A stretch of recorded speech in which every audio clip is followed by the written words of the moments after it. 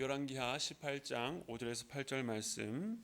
히스기야가 이스라엘 하나님 여호와를 의지하였는데 그의 전후 유다 여러 왕 중에 그러한 자가 없었으니 곧 그가 여호와께 연합하여 그에게서 떠나지 아니하고 여호와께서 모세에게 명령하신 계명을 지켰더라.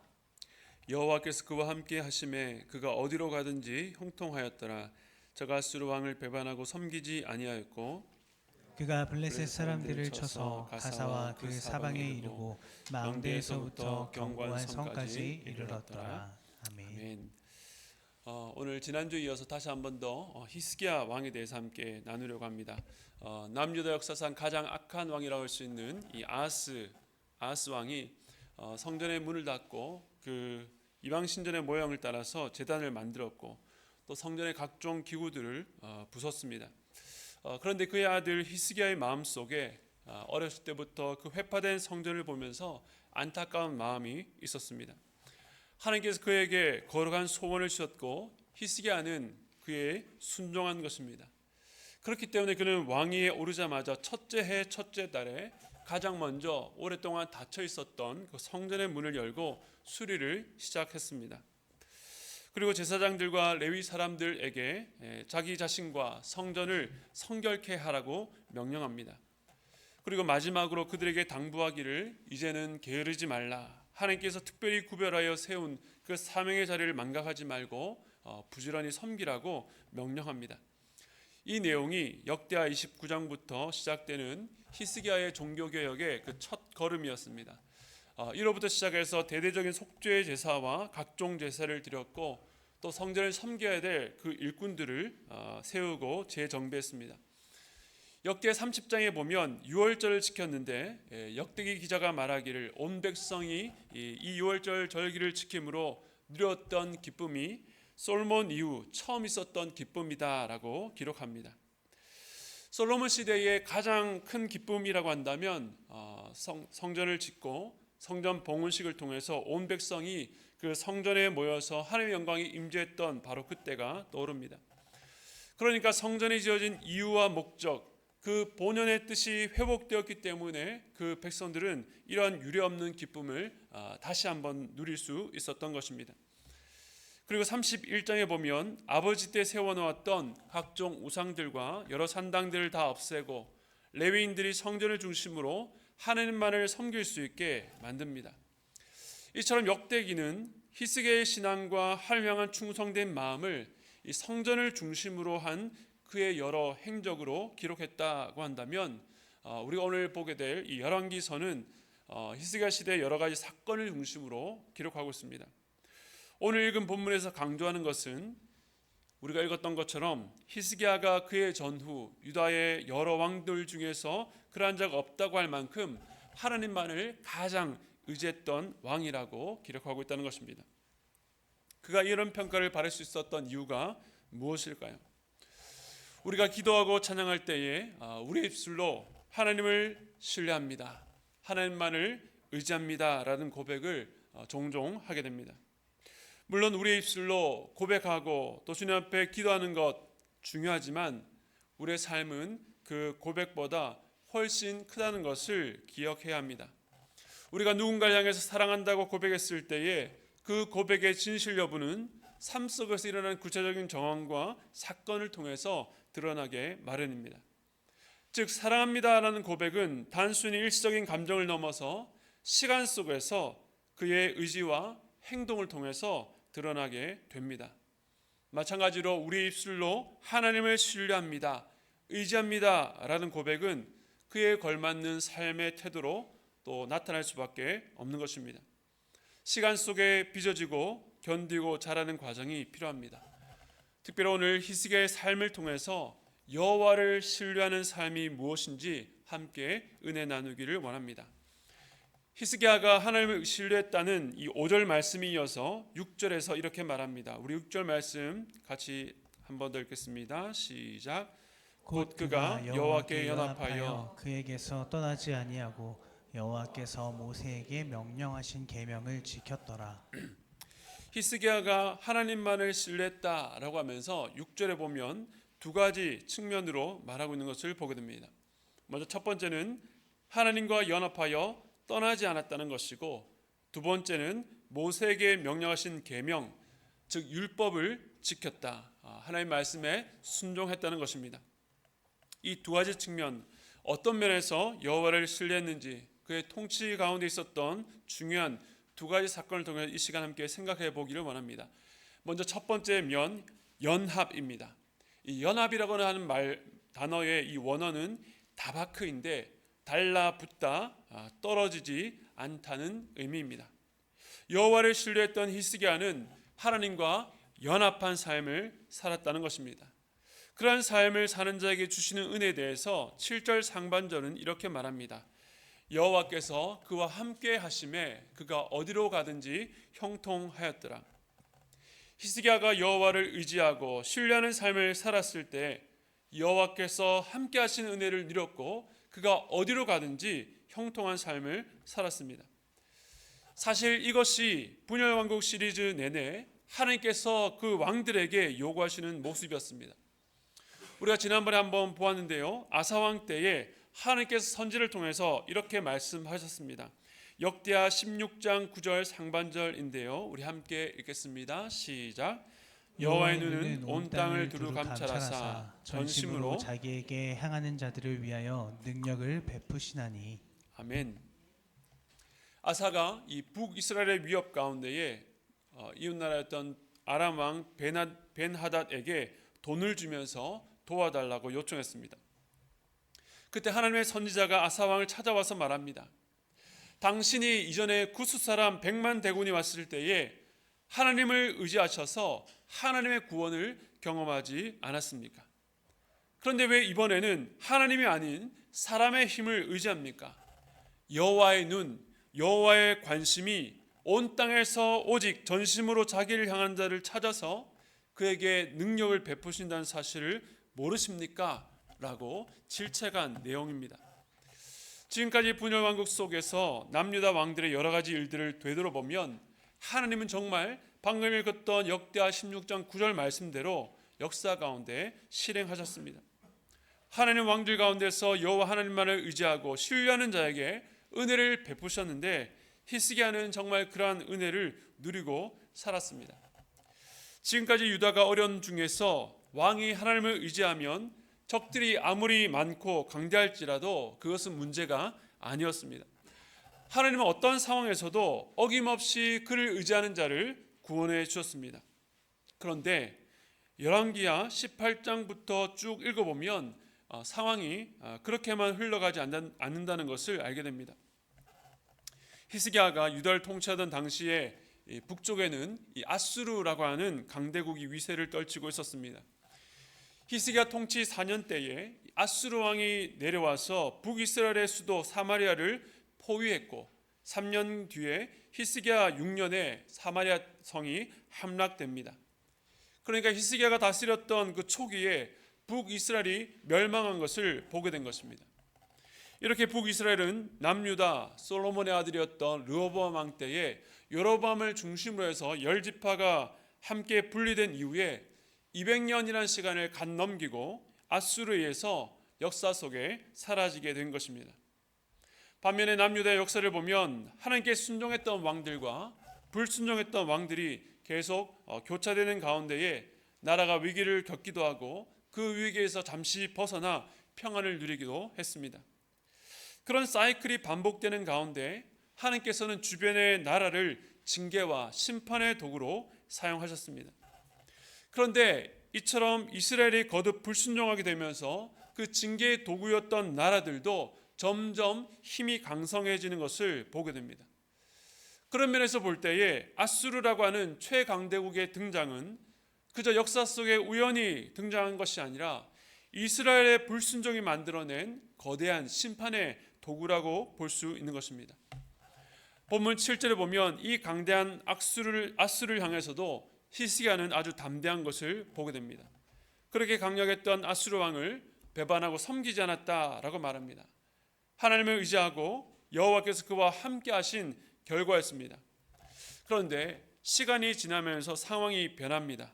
급기야 히스기야 14년 때는 이 아수르 왕 산헤립이 올라와서 유다 모든 견고한 성읍들을 쳐서 점령합니다. 이런 상황 속에 히스기야가 어떻게 반응합니까? 오늘 열왕기하 18장 14절 말씀입니다. 같이 한번 읽겠습니다. 시작.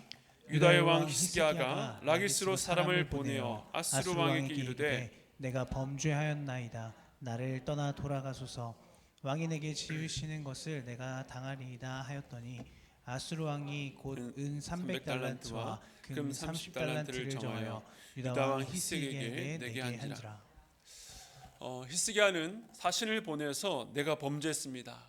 얼마의 조공을 요구하든지 바치겠습니다 라고 바짝 엎드렸습니다. 그러자 아수르 왕은 엄청난 재물을 요구했고 히스기야는 그 요구를 감당하기 위해서 성전과 왕궁 곳간의 은뿐만 아니라 급기야 여호와의 문, 성전문의 금까지도 벗겨서 바쳤습니다.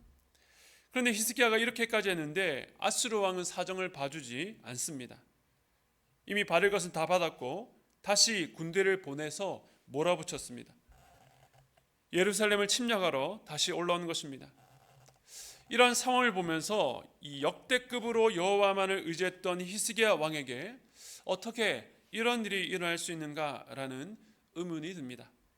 어떤 왕보다 하나님을 의지했는데 하나님께 나타나셔서 도와주지 않는 것 같습니다. 상황은 점점 더 나빠져서 성전문의 금까지 떼어줄 정도로 참 비참한 상황에 이르게 되었습니다. 히스기야가 이렇게 굴욕적인 자세를 취했다고 그의 신앙이 변질되었다고만 말할 수 없습니다. 히스기야는 성경이 인증하는 하나님만을 의지했던 왕이었습니다. 오히려 그의 처지가 이렇게까지 된 것은 하나님께서 지금까지도 이 상황 가운데 개입해 주시지 않았기 때문이라고 볼 수밖에 없습니다. 북이스라엘을 멸망시켰던 아수르가 점점 이 남유다의 손을 뻗치고 예루살렘 주변의 여러 성읍들까지 점령하기까지 하나님은 그저 보고만 계신 것 같습니다. 하지만 우리는 이 일을 통해서 정말 하나님만을 의지했던 히스기야, 여호와만을 신뢰하는 삶에도 이런 위기가 찾아올 수 있다는 것, 이전보다 더 힘든 상황으로 점점 이를 수 있다는 것을 보게 됩니다. 하지만 이처럼 히스기야가 코너로 몰린 것을 통해서 하나님께서는 막다른 골목에서 여호와를 신뢰하는 사람이 어떠한지를 우리에게 보여주고 싶어 하시는 것 같습니다. 여호와를 신뢰하는 삶이란 어려움이 없고 늘 당당하고 거침이 없는 삶이 아닙니다. 때로는 하나님을 의지했는데도 여기저기 치고 맞고 상처받고 빼앗길 수도 있습니다. 그런데 중요한 것은 지금 이 상황에서 여호와를 신뢰하는 사람이 어떻게 반응하는가입니다. 아수르의 군대 장관 랍사게가 예루살렘을 둘러싸고 위협합니다. 그 위협의 내용을 한마디로 정리하면 너희가 이 상황에서 누구를 의뢰하는가입니다. 랍사게는 히스기야의 종교 계획을 언급하면서 조롱합니다. 히스기야가 산당과 우상 제단을 없애고 여호와의 제단에서만 예배하라고 하지 않았느냐? 그런데 이것이 뭐냐? 너희가 병거와 무기가 있다고 아수르를 이길 수 있다고 생각하는가? 절대 그럴 수 없다고 조롱합니다. 더 나아가서 그가 유대인들이 다 알아듣도록 그들의 방언으로 백성들을 직접 위협합니다. 그 연설의 핵심이 열왕기하 18장 30절과 31절인데요. 제가 읽겠습니다. 또한 히스기야가 너희에게 여호와를 의뢰하라 함을 듣지 말라. 그가 이르기를 여호와께서 반드시 우리를 건지실지라. 이 성읍이 아수르 왕의 손에 함락되지 아니하게 하시리라 할지라도 너희는 히스기야의 말을 듣지 말라. 아수르 왕의 말씀이 너희는 내게 항복하고 내게로 나오라. 그리하고 너희는 각각 그의 포도와 무화과를 먹고 또한 각각 자기의 우물의 물을 마시라. 무슨 말입니까? 히스기야와 하나님은 너희를 구원할 수 없다. 그 말을 듣지 말고 아수르 왕에게 나와서 항복하라. 그리하면 너희 먹을 것과 마실 것을 얻을 것이다.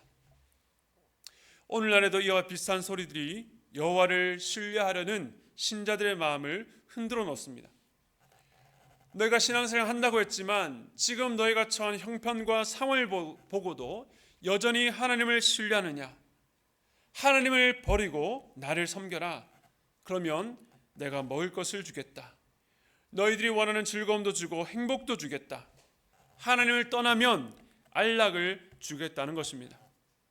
그런데 여호와를 신뢰하는 삶이 무엇입니까? 히스기야가 그의 삶을 통해서 우리에게 보여주는 것은 이렇게 끝으로 몰린 상황 속에서도 하나님을 떠나지 말고 붙들라는 것입니다. 그 첫 번째 측면, 연합, 떨어지지 않고 떠나지 않는 것이다 라고 했는데, 그 말은 상황이나 여건만 보면 하나님을 외면하고 떠날 수밖에 없는 상황이 존재한다는 것입니다. 그러나 신뢰하는 삶이란 그 상황에서도 하나님께 붙어 있는 것, 하나님만을 붙드는 것입니다. 히스기야는 이렇게 막막한 상황 속에서도 하나님을 떠나지 않습니다. 히스기야는 이 처참한 상황 속에 자신의 옷을 찢고 굵은 배를 두르고 여호와의 전으로 들어갔습니다. 그리고 이사야에게 이런 상황을 알리고 하나님의 말씀을 기다립니다. 결국 하나님께서 개입하셔서 이 랍사게는 본국으로 돌아갑니다. 그런데 후에는 이제 아수르 왕이 직접 나서서 히스기야에게 편지로 위협하고 군사를 끌고 몰려옵니다. 히스기야는 다시 그 편지를 들고 하나님께 나아가 기도합니다. 그리고 하나님께서 그 기도를 들으시고 이렇게 역사하셨습니다. 열왕기하 19장 35절입니다. 같이 읽겠습니다. 시작. 이 밤에 여호와의 사자가 나와서 아수르 진영에서 군사 18만 5천 명을 친지라. 아침에 일찍 일어나 보니 다 송장이 되었더라. 아멘. 아수르 왕은 이 처참한 패전 이후에 본국으로 돌아가지만 그도 살해당합니다. 여호와를 신뢰하는 삶, 그 첫 번째는 떠날 수밖에 없는 상황에서도 여호와께 붙어 있는 것, 떠나지 않는 것입니다. 어떻게 하는 것이 떠나지 않는 것입니까? 오늘 히스기야를 통해서 보여주는 것은 자신의 원통하고 억울한 상황, 나는 하나님만을 의지하는데 저들은 하나님을 의지해도 소용이 없다고 말합니다. 이 모든 상황을 하나님께 아뢰입니다 라고 하나님 앞에 나가 성전 안으로 들어가 기도했다는 것입니다. 핵심은 바로 기도입니다. 어떻게 우리가 혼란스러운 상황 속에서도 주님과 연합하여 떠나지 않을 수 있습니까? 그 상황을 들고 주님 앞에 나아가 아뢰는 것입니다. 하나님께 기도로 나아가는 것입니다. 사랑하는 성도 여러분, 기도하셔야 합니다. 오늘도 오전에 중보 기도로 모여서 우리 함께 기도했습니다. 또 이제 개강이 되어서 각 다락방별로 서로의 기도 제목을 나누고 말씀을 붙들고 또 함께 기도하는 공동체가 시작됩니다.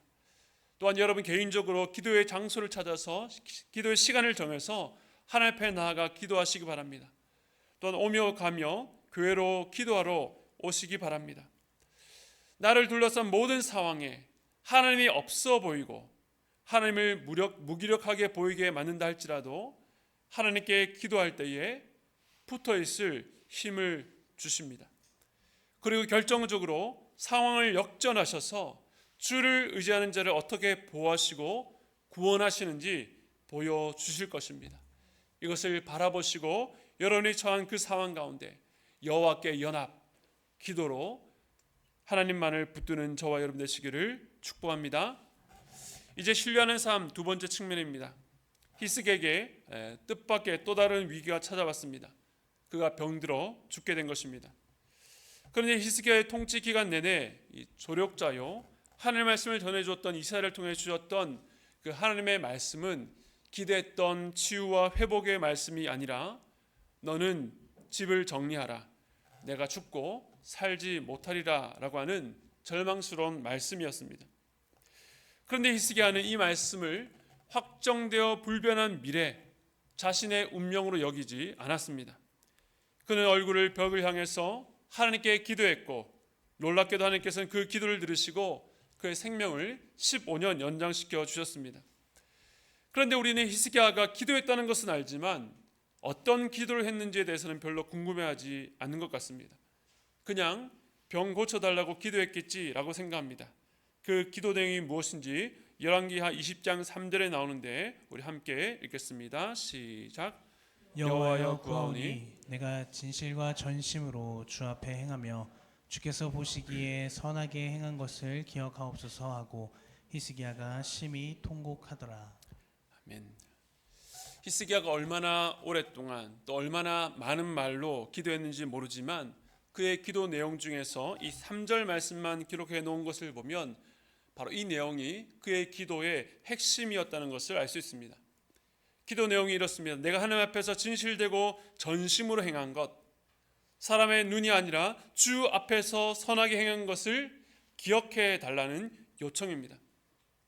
언뜻 보기에는 자기가 병으로 죽게 된 상황에서 하나님 저 이만큼 하지 않았습니까? 선처를 베풀어 달라고 하는 것 같지만 그런 의미가 아닙니다. 성벽 재건의 리더였던 느헤미야도 그의 개혁을 마무리하는 시점에 하나님 앞에서 이와 비슷한 기도를 드립니다. 느헤미야 13장 14절 말씀 우리 함께 읽겠습니다. 시작. 내 하나님이여 이 일로 말미암아 나를 기억하소서. 내 하나님의 전과 그 모든 직무를 위하여 내가 행한 선한 일을 도말하지 마옵소서. 아멘. 앞서 히스기야가 자신이 행한 것을 기억해 달라고 한 것처럼 느헤미야도 지금까지 하나님의 나라와 백성을 위해서 행한 일로 인해서 자신을 기억해 달라고 그 선한 일을 도말하지 말아 주시기를 기도합니다. 두 사람 모두 하나님 앞에서 행했던 일을 기억해 달라고 하는 것입니다. 그들이 한 일이 무엇입니까? 무너졌던 하나님의 성전, 무너졌던 하나님의 성벽을 다시 세우는 일이었습니다. 하나님께 이 일을 기억해 달라고 하는 것은 이 일이야말로 바로 하나님께서 그들에게 명령하셨던 일, 하나님께 그들에게 주셨던 사명, 하나님의 나라의 중요한 일이었기 때문입니다. 히스기야는 왕이 되면서 회파되었던 성전을 회복하는데 온 힘을 다했습니다. 그런데 병에 걸리고 죽음을 통보받게 된 것입니다. 개혁을 주도했던 히스기야가 갑자기 병들어 죽게 되면 또다시 성전이 회파될 수도 있는 상황이었습니다. 비록 히스기야가 10년 넘게 개혁해 오고 있었지만 여전히 부족한 부분이 있었습니다. 이사야 1장을 보면 유다의 예배 행위에 대한 하나님의 엄청난 질책이 쏟아져 나옵니다. 제사 제도는 회복이 되었을지 몰라도 오랫동안 죄에 물들어 있었던 백성들의 마음을 돌이키는 데는 부족했습니다. 이전에 악한 왕들의 통치 가운데 이미 기울어진 유다 백성들의 신앙이 회복되기에는 부족했던 것입니다. 이런 현실 가운데 히스기야는 죽을 병에 걸렸습니다. 그가 자신이 행한 선한 일을 기억해달라고 기도한 것은 자신의 공로를 인정해달라는 말이 아니었습니다.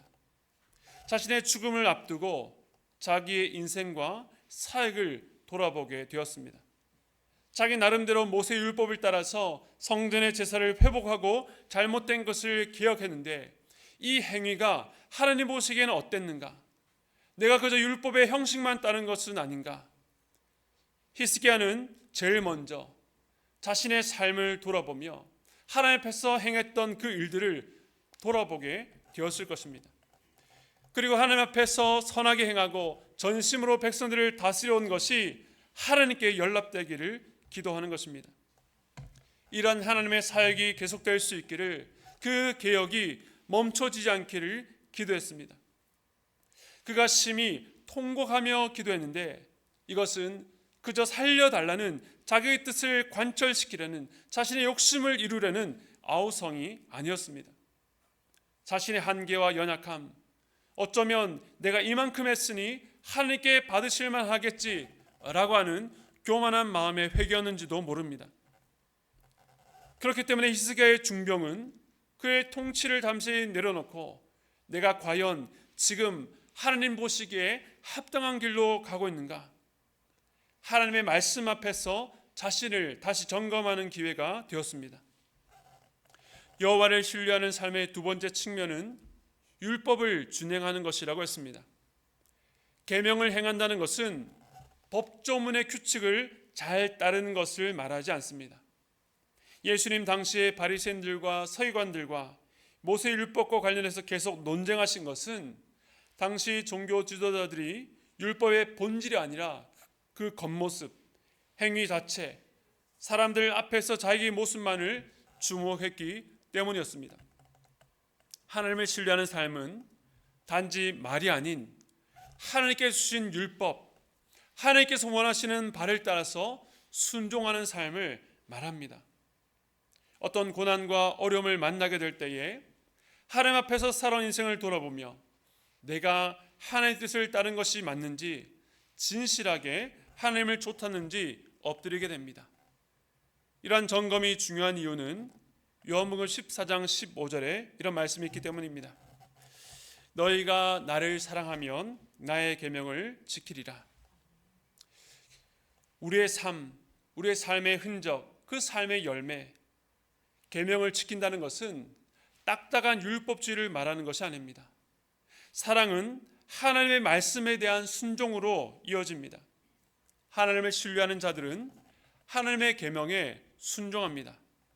왜냐하면 자신이 신뢰하고 의지하는 그 하나님을 사랑하기 때문입니다. 하나님을 신뢰하고 의지하는 삶은 바로 하나님의 뜻대로 순종하는 삶을 통해서 드러나게 되는 것입니다.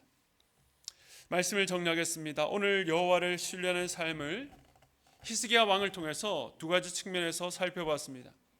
첫 번째는 하나님을 떠나지 않고 버티는 것입니다. 그것이 바로 기도로 드러나는 것을 보게 되었습니다. 두 번째는 계명을 지키는 것, 바로 하나님의 말씀에 대한 순종으로 나타납니다. 우리가 하나님을 신뢰합니다, 의뢰합니다 라고 하면서 기도하지 않는 것, 내 삶에 하나님의 말씀에 대한 말씀은 들리지만 그 말씀대로 순종하지 않는 것, 그것은 말과 삶이 서로 전혀 엇갈린 삶을 산다고 말할 수 있습니다. 오늘 이 두 가지 측면에 공통점이 있다면 여호와를 신뢰하는 삶은 고난과 어려운 일들을 만날 수밖에 없다는 것입니다. 고난을 만나야 내가 정말로 하나님을 신뢰하는 자가 맞는지가 드러납니다. 점검할 수 있습니다. 하나님을 신뢰한다는 고백이 우리의 입술에만 머무는 것이 아니라 주님을 붙드는 기도와 순종의 삶으로 드러나는 여러분 되시기를 바랍니다. 그래야 해서 히스기야의 삶이 오늘 우리에게 들려주는 말씀처럼 여러분의 삶이 주변의 성도들과 또 우리의 다음 세대 자녀들에게 도전이 되고 표대가 되는 삶을 사시기를 주님의 이름으로 축복합니다.